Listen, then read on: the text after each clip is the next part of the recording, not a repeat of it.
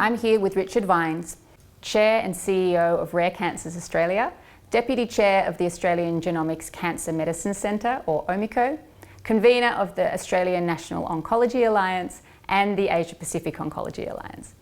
With all of that going on, we are very grateful for you taking the time to talk with Pathology Technology Australia today. Richard, you're part of some excellent initiatives in your role with Rare Cancer Australia. Can you give us some insights into the key initiatives you're working on right now? Yeah, sure. Look, Madeline, thank you for the opportunity.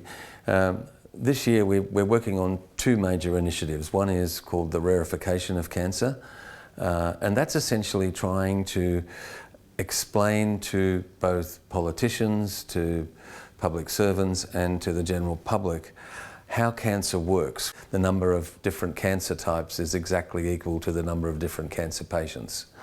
And I think that we've only learnt that through the evolution of genomic science, and now what we need to do is not assume that people know that, but if we can explain how it works, why genomic testing, why genomic profiling, genomic science is so important in driving treatments, then it becomes possible to ask for the reforms that we want.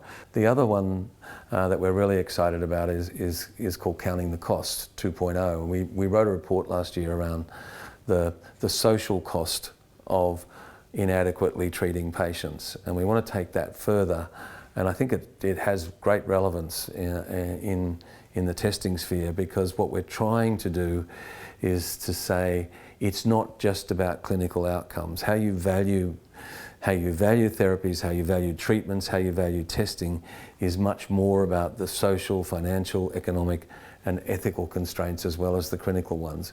What, in your experience, represents the biggest barriers or frustrations in your work so far? And do you see a path forward through what is on the table right now?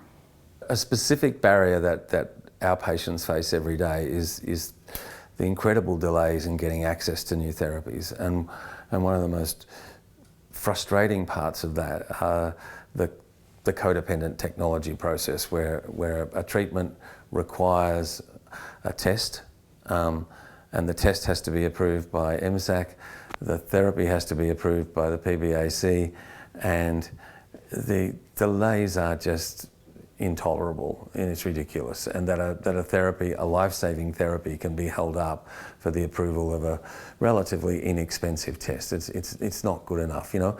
I mean, and that should be an interim step, because what we should have is, you know, a national plan around how we're going to roll out genomics, how it's going to work, so that we go back to that comment at the start of this interview where we were talking about the first thing that we do is understand the tumour through genomic analysis, and then we map out the treatment pathway. We can certainly learn from our global peers. From your perspective, where do you see things done well, and what does that look like? Right now we have piecemeal data, that spread between federal and state, that spread, you know, we have little data fiefdoms in hospitals that don't make any sense at all. And we have unnecessary secrecy around some of the data that we know is there and it's integrated. You know, you can't get access to de-identified MBS or PBS data. You can only get samples, for example. We've got to fix that. We've got to be able to bring these things together. We do need a holistic national database similar to the Karolinska Institute in Norway, similar to what they're doing in Taiwan. And, you know, and to get there, we're going to have a mature conversation around data privacy. We have to be strong and we have to be determined and understand the enormous benefits and weigh them against what I would consider to be, you know, manageable and reasonable risks of it.